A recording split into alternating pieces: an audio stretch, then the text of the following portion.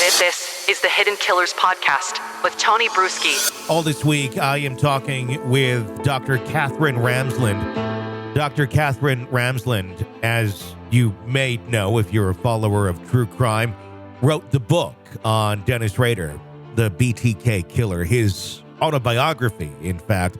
She spent many years communicating back and forth with Dennis, gaining an insight unlike anyone else into the mind of one of the most notorious serial killers alive today. This week, we're going in to her mind to learn about the experiences that she had while working with Dennis Rader at that time and all the way up to today, trying to better understand the mind of a killer. Join me all this week for parts 1 through 5 of my conversation with Dr. Katherine Ramsland right here on the podcast. When you talk to him about the various crimes that he committed, the various cases, how did he handle himself? Was it anyway how we saw very matter of fact? I know you said it felt different in that hearing. Was he trying to justify his actions? Walk me there. How were those conversations about the specific lives that he took and his ways of going about doing so? Well, I mean, he took 10 lives that we know of. He had a far longer list of people he targeted. He sent me a list of 55 projects, as he called them. Yeah. These were people who didn't come home when he expected them to. There he is sitting in their house waiting to kill them. They didn't get there, or, something else interrupted the plan. So he certainly knew what he was doing. He didn't justify it. He just, as a teenager, he identified himself with serial killers. He read about Harvey Gladman from the 1950s. He read about H.H. Holmes. He wanted to be famous like them. He wanted to be on the cover of these True Detective magazines. He wanted to make women captive and helpless like they did. So he was excited about that from a fairly young age. Before the word serial killer was even being used, he was already identifying himself in that manner. And that became part of his fantasy life for years. It carried him through his military service, brought him back home. He got married before he acted out at all. So he didn't justify anything. He just knew that he had to have a double life. He was going to go ahead and be a citizen, father, a husband, and involved in his church, but he was also going to let himself be the serial killer that he wanted to be. So to him, that was just who he was. It wasn't really a matter of justifying it in any way.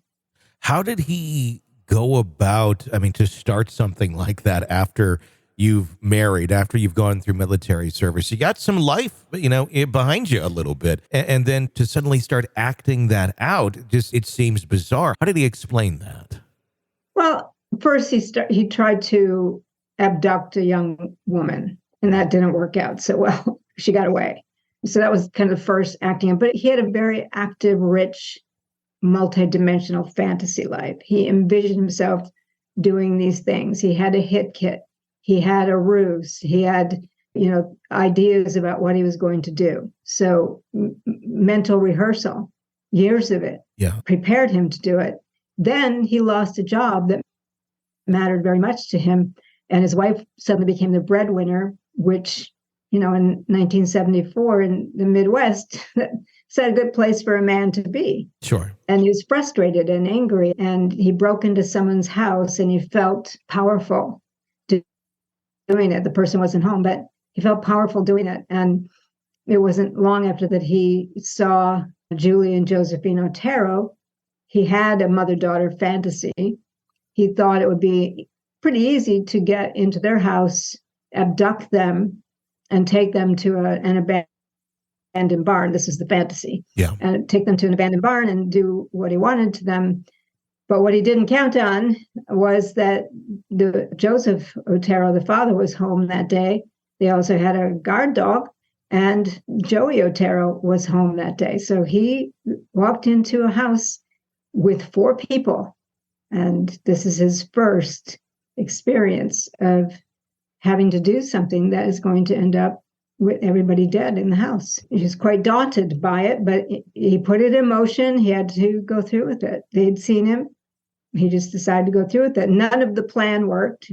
First of all, their car was out of gas, so he wasn't going to be able to take that anywhere. And so he just ended up binding all of them in different rooms and strangling them. And even that, as he talks about it, was very difficult because strangling somebody took a long time and his hands got tired.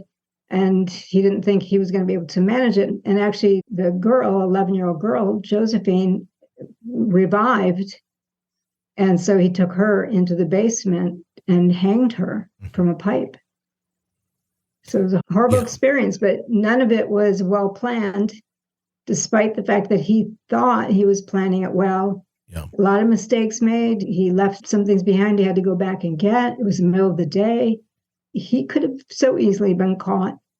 So he's very surprised that he wasn't. That's what I was going to ask. Was he surprised that he wasn't caught immediately after that? Was there a time of fear of just waiting for those officers to show up at the doorstep after that?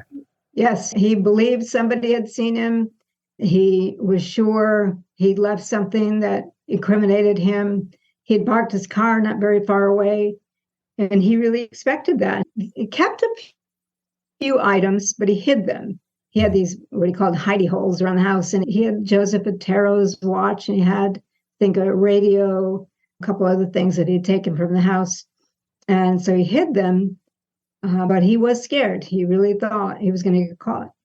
There's more to come in my conversation with Dr. Katherine Ramsland about the BTK killer, Dennis Rader. Press subscribe so you don't miss any of our 5-part series here on the podcast. I'm Tony Brueski. Stay with us. This is an examination of the hidden human condition. This is the Hidden Killers Podcast with Tony Brueski.